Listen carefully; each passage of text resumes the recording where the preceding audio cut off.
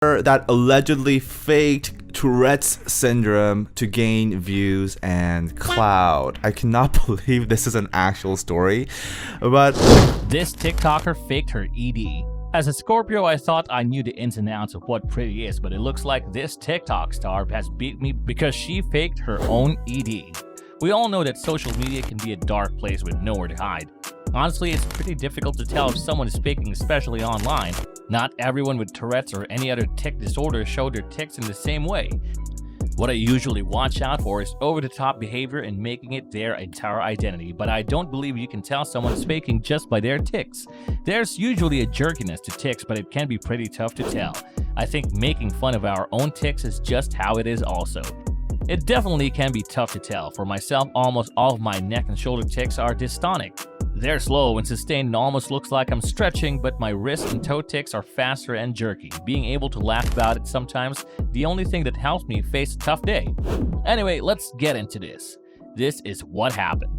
I enjoy making observations and discussion things, particularly when people do bad things, and this individual has done a lot of bad things. N3COVID3 is a TikTok user that we'll be talking about today. N3COVID3 is what I think it's called, but I always say it's that way in my head. As a result, I may alternate between the two. So who is N3COVID3 to begin with? N3COVID3 is a Berkeley, California-based TikToker who is 16 years old. She became well-known on TikTok as a result of her unique fashion and makeup choices.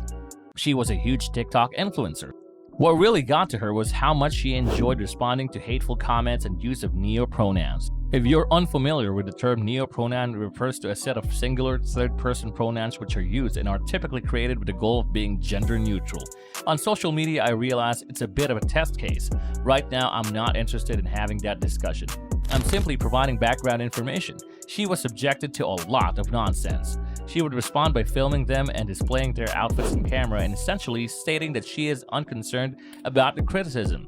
They became extremely well known as a result of this. On TikTok, she had more than 600,000 fans. Since all this stuff started coming out, her popularity has dropped to just under 600,000. So to recap, it all started when a fan of N3COVID3 dressed up as them. I'm not sure if this is someone that cosplayed them or if N3COVID3 assumed it was a cosplay, which was something N3COVID3 did frequently. N3COVID3 reacted poorly in either case. As a result, this was NCOVID3's first scandal, and because of how she reacted to this person, who by the way I'm pretty sure was 13, it was a bit of a mixed response. Many individuals claimed that NCOVID3 was disrespectful and overreacted when the situation may have been handled more diplomatically. We'll discuss racism, picking up ailments and afflictions, and encouraging children to sugar themselves. That, I believe, concludes my remarks. NCOVID3 has been quite upfront about her mental disability on her Facebook page. She has made videos of herself claiming to have autism and Tourette syndrome, but like Tourette sufferers, she has a tic that she uses to regain the arcelor. She also claims to attend a special education school. Some people with Tourette's I've seen say they doubt NCOVID3's Tourette's. NCOVID3 posted of them having a tic. People with Tourette's said it looked forced or like she was acting. I don't have Tourette's, so I can't comment on that. However, Tourette sufferers have stated as much. Someone located NCOVID3's father's Instagram account asking about his daughter, to which he replied that the only diagnosis she has is dyslexia and that she does not have autism. She also attends a special education school, albeit it isn't specifically for children with autism. Now, I'm aware that the veracity of NCOVID3's father's claims have been questioned because NCOVID3 has been vocal about growing up in an abusive family, and the fact that NCOVID3 lives with their mother implies that their father was abusive as well. I've also read comments claiming that NCOVID3's father is the subject of a legal dispute. I honestly have mixed thoughts because I'm always one to believe the victim until I can't anymore, but I don't believe that questioning the source of the claim is always terrible, especially when that source has a history of lying. Is it always the case that the information on these sites is correct? They don't always get it right, especially phone numbers as well as the current address, but when it comes to court records, they're usually quite close. Also, no warrants were issued, no arrests have been made. NCOVID3's father received no charges. He had 2 civil judgments. This isn't to say he needs court proof that he's abusive. There is no way. But this is another case of he said, she said, and he said, she saiding the legitimacy of a mental condition. That isn't a good sign. It might be seen in 2 ways. NCOVID3 could be telling truth and having autism and Tourette's, or their father could be lying to discredit them. And to be honest, I sincerely hope that this is the case. because the alternative is heinous. But you know that's pretty much it. Nicobit3 has taken down all accounts once the news broke. I'm quite sure their Discord server was also wiped clean, and I understand that there were a lot of rumors about the racism is something I believe is quite solid. Nicobit3 isn't a nice guy. As a result, I'm no longer able to back them. And because she was a prominent figure in the alternative TikTok community, many people are outraged that she can no longer assist them. Conclusion.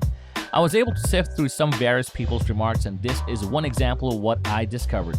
Simply exercise extreme caution. Tourette syndrome is a strange condition that affects people in different ways. People have varied triggers and tics, and only 10% of the population has coprolalia. It's difficult to detect if someone is faking it correctly. Some tics are quick, others are sluggish, some are loud, some are quiet, and you don't tick at the same rate all day of your life.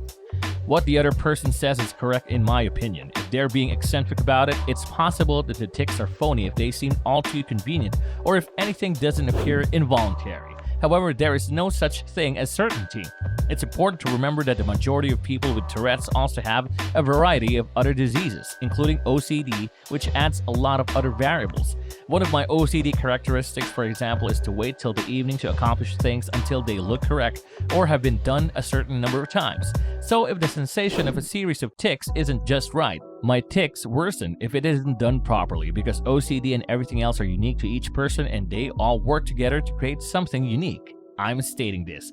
If the individual isn't pretending, let me add that being asked to stop, mocked, or told you're faking is excruciatingly painful for someone with Tourette's, and it doesn't get any easier. Over the years, I've been accused of lying behind my back, but the majority of these accusations stem from a lack of understanding of what TS is. Anyway, this is just my opinion. I suppose you should ask yourself this question: is it really worth your time and money?